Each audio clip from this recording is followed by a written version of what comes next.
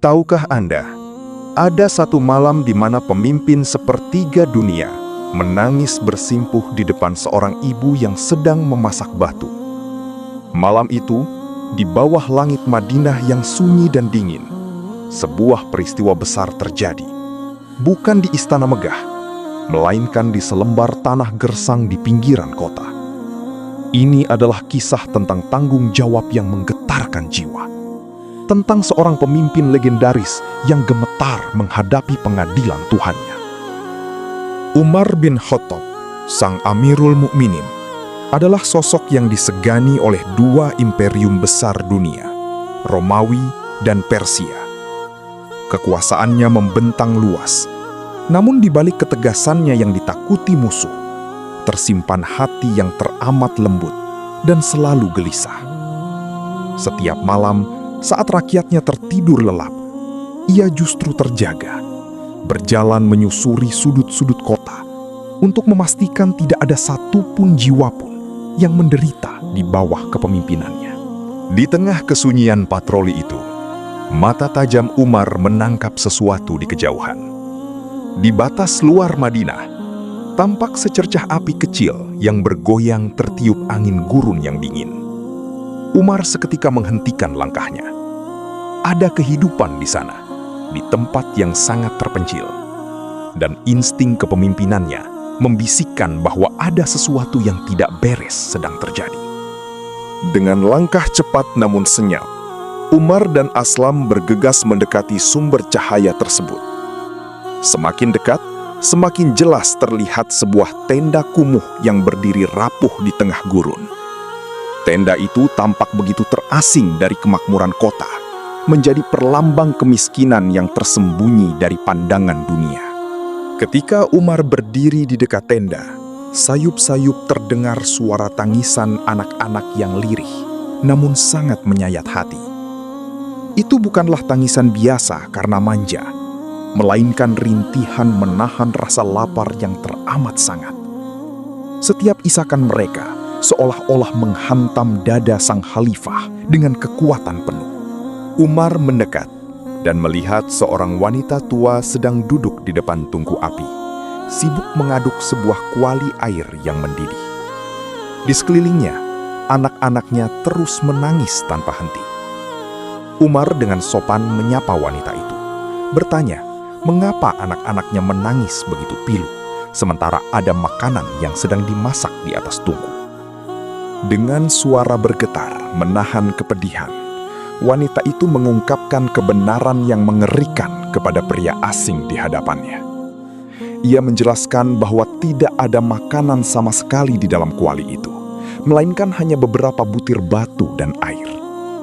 Ia sengaja memasak batu agar anak-anaknya mengira ibunya sedang menyiapkan makanan.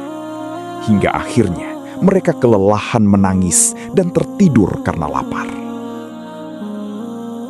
Mendengar kata-kata wanita itu, runtuhlah pertahanan Umar. Hatinya hancur berkeping-keping.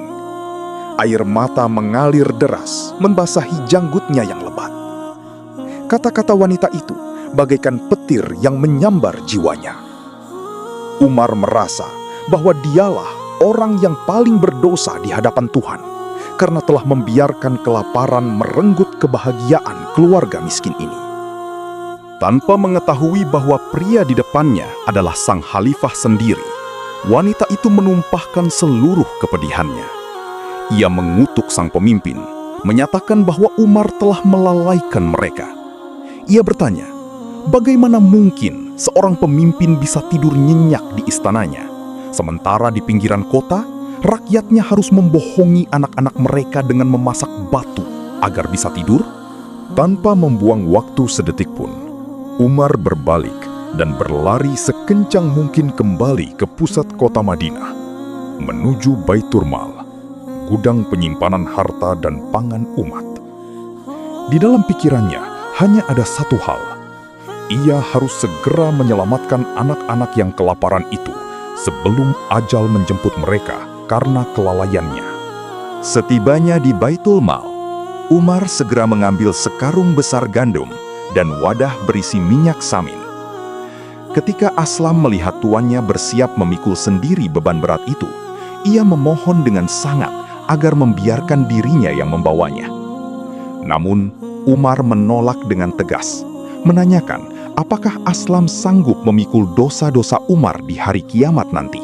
Maka, dengan punggungnya sendiri, pemimpin tertinggi Jazirah Arab itu memikul beban gandum melintasi gurun yang dingin dan gelap. Setiap langkah kaki Umar di atas pasir adalah bukti nyata dari kerendahan hati yang tiada tanding.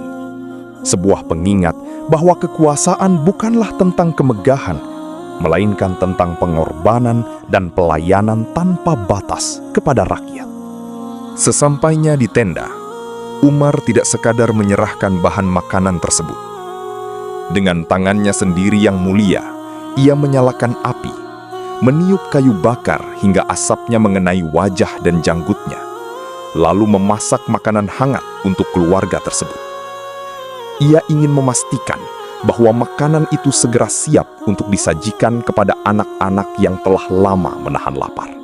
Melihat anak-anak itu makan dengan lahap hingga akhirnya tertawa gembira, barulah beban berat di dada Umar perlahan terangkat. Sebelum pergi, ia meminta maaf kepada sang ibu dan berjanji akan memberikan santunan rutin dari Baitul Mal. Kisah malam itu abadi sebagai lambang kepemimpinan sejati. Sebuah malam di mana keagungan seorang khalifah diuji dan dibuktikan lewat air mata, kerendahan hati, dan sekarung gandum.